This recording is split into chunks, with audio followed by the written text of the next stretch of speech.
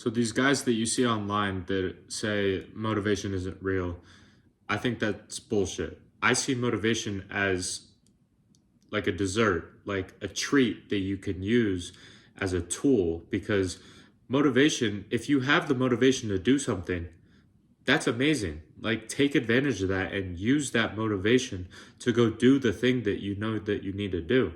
But motivation as a concept, I don't believe in nearly as much as I believe in discipline and divine purpose. And when people ask me about motivation and how I have so much motivation, they're basically telling me, I don't feel like doing this thing. How do I get to feel like doing this thing? And the answer truly is you're never going to feel like doing it all the time. Sometimes you're not going to want to do it, but it is your duty as a man to do the hard work, especially when you don't feel like it. Shout out to Hamza. But it doesn't matter what it is. If I was to tell you to go to the gym, go surfing on the beach, or to go drive a Porsche, it doesn't matter what it is. Regardless of how fun the activity might be, there's going to be days where you wake up and you're not going to want to do the thing. And if you don't do these things that you know that you need to do when you don't feel like it, you're never going to be able to compete against the men who do them regardless of how they feel. So you have to make a decision. So forget about the idea of motivation for just a second and listen to what I'm about to say with a completely open mind. Decide who you are and who you want to be. This is a genuine actionable step for you guys.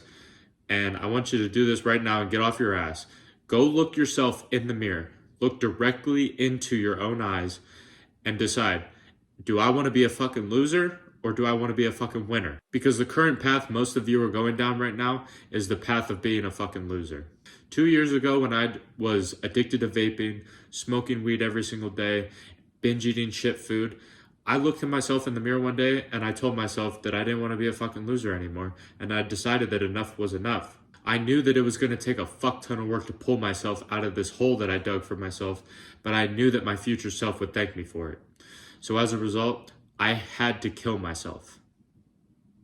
I literally had to kill the old version of me by disguising acts of self-torture as my daily training routines. I'm talking 3 days, 4 days, 5 days, 7 days a week. 1 to 2 hours of cardio every single morning at 5 a.m., followed by 1 to 2 hours of lifting, followed by 2 hours of soccer team training with my college soccer team, plus an hour to an hour and a half of individual training I was doing every single day before or after team training. I knew that every single morning I woke up, regardless of how sore I was from the previous day's training, I knew that every single morning I had to wake up and perform regardless of how I felt. And I know some of you small dick-minded motherfuckers just said, oh, well, what about overtraining? And rest and recovery are the most important. Shut the fuck up. Some of you need to worry about training first before you worry about overtraining.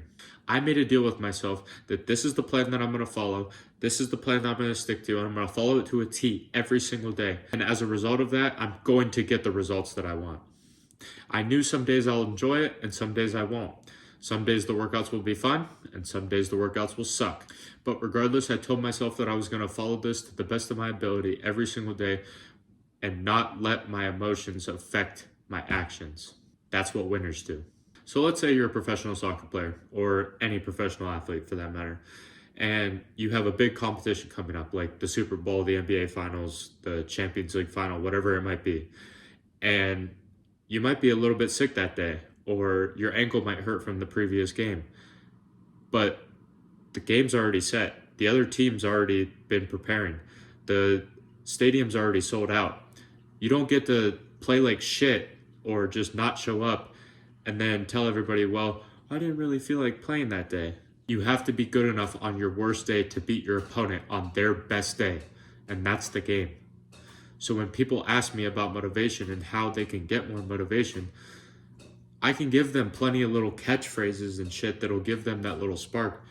But I always say it's not about motivation. This is about who you are and who you want to be. Now this video might have fired you up to get off the couch and go to the gym or do some push-ups and set that alarm for 5 a.m. and say that you're going to start waking up early and being productive. But that's where the motivation ends. Because when that alarm clock goes off at 4 or 5 in the morning, motivation is not going to be there to save you. It's going to be your discipline and your divine purpose that gets you out of bed every single morning, regardless of how you feel. So look yourself in the mirror and decide who you really want to be in this life. And remember, success is not the best revenge, it's the only revenge. That was pretty fucking good, dude.